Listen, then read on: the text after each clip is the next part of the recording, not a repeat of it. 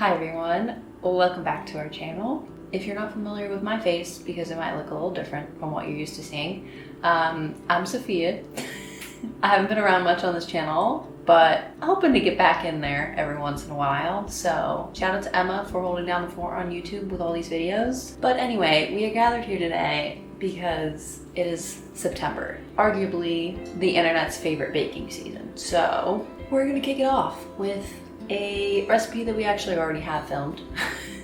But we thought maybe this should make its way to the top of your feed again. So today we're making this. This is our spiced loaf cake, and this is a white chocolate ganache. We call this Krydderkage in Danish, which basically means spiced cake because it has all the best small spices in it. So if you want to bake with us today, keep on watching and I'll show you how we make this cake.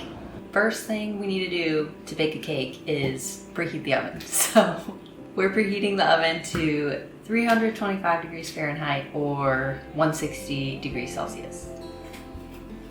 This is an easy cake because we're not going to use a mixer today, so you really just need 2 bowls. And the ingredients, we're adding in 2 eggs, our granulated sugar, and some brown sugar, and whisking it together. Sugar. I think my brown sugar is a little lumpy, but we're just gonna go for it. I actually don't know if that's fine. Sugar and eggs are whisked together. It's a little grainy, but that's okay. We're gonna add in our milk next. Now the oil's going in. And just whisking until it's combined, and then setting this aside. We're gonna do the dry ingredients next. I already measured out my flour. This is allspice, ginger, cardamom, cloves, cinnamon, and nutmeg. Hopefully I remembered all of them. We're just gonna add that into the flour with baking soda and baking powder. A teaspoon of each. And our spices. I have this other dough whisk, which I tend to use when my other bigger whisk is dirty. So we're just mixing this together to get out any lumps. And I just remembered that I forgot a few things. I remembered that I forgot. So we're gonna add a few more things to the wet ingredients. Vanilla extract makes everything better. So that's going in. I think our recipe says a teaspoon, but I just kind of pour it in and hope that it's around a teaspoon. And I have an orange, and I'm gonna zest in some orange. Zest. We're gonna zest the orange. It'll just give it a little bit of citrus flavor, and it's really good with all the spices.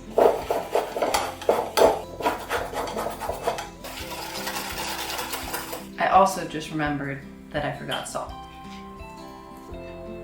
I already put the whisk in the sink, so we'll just fold in the salt. Now we'll combine the two. I'm just gonna put in about half the dry into the wet, and I will whisk it a little bit, and then I'll switch to the spatula.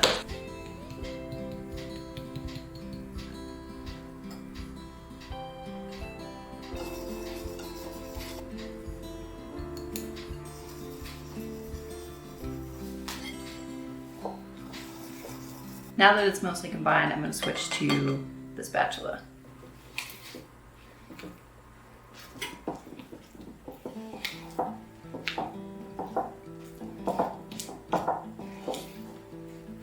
Mine definitely has some lumps from the sugar, but it's fairly combined. Ready to go.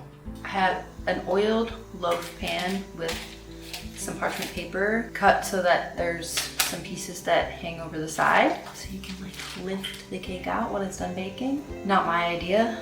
We got it on the internet somewhere, so shout out to whoever invented that trick.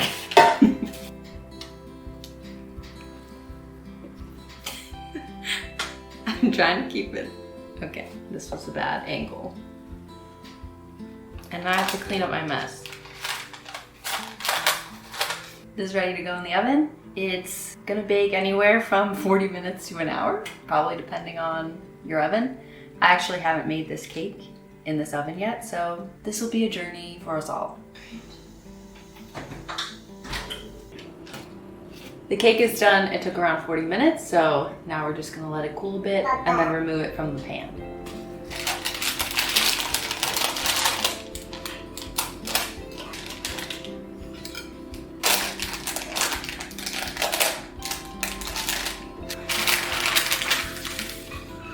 While our cake cools down, we're gonna make a white chocolate ganache. Sounds fancy? It's just white chocolate and cream. I have my white chocolate here, and this is heavy cream that's been heated to just below boiling point. And now we're gonna pour the cream over the chocolate and then let it sit for 5 minutes. All right, let's start whisking and see if it's melted enough.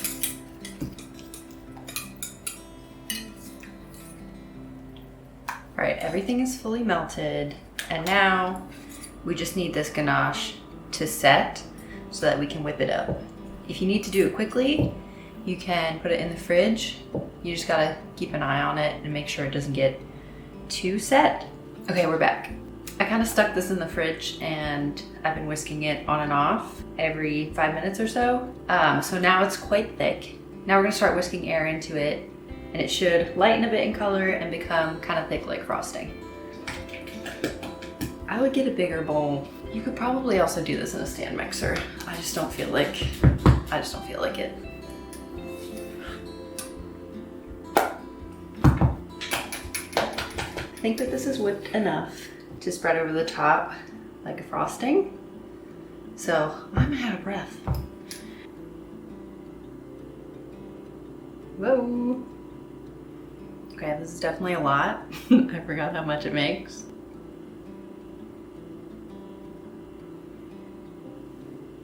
I probably could have whipped it more, but I got tired.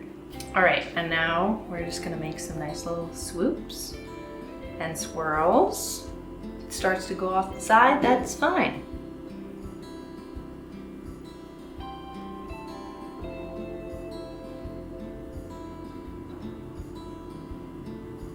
You could probably do this forever, but we're gonna stop.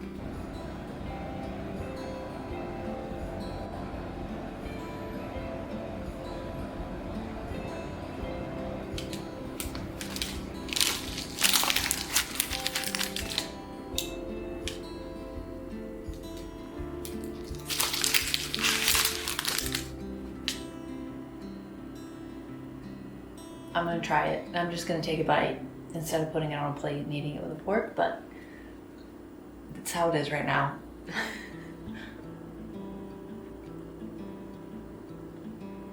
This is fall in a cake.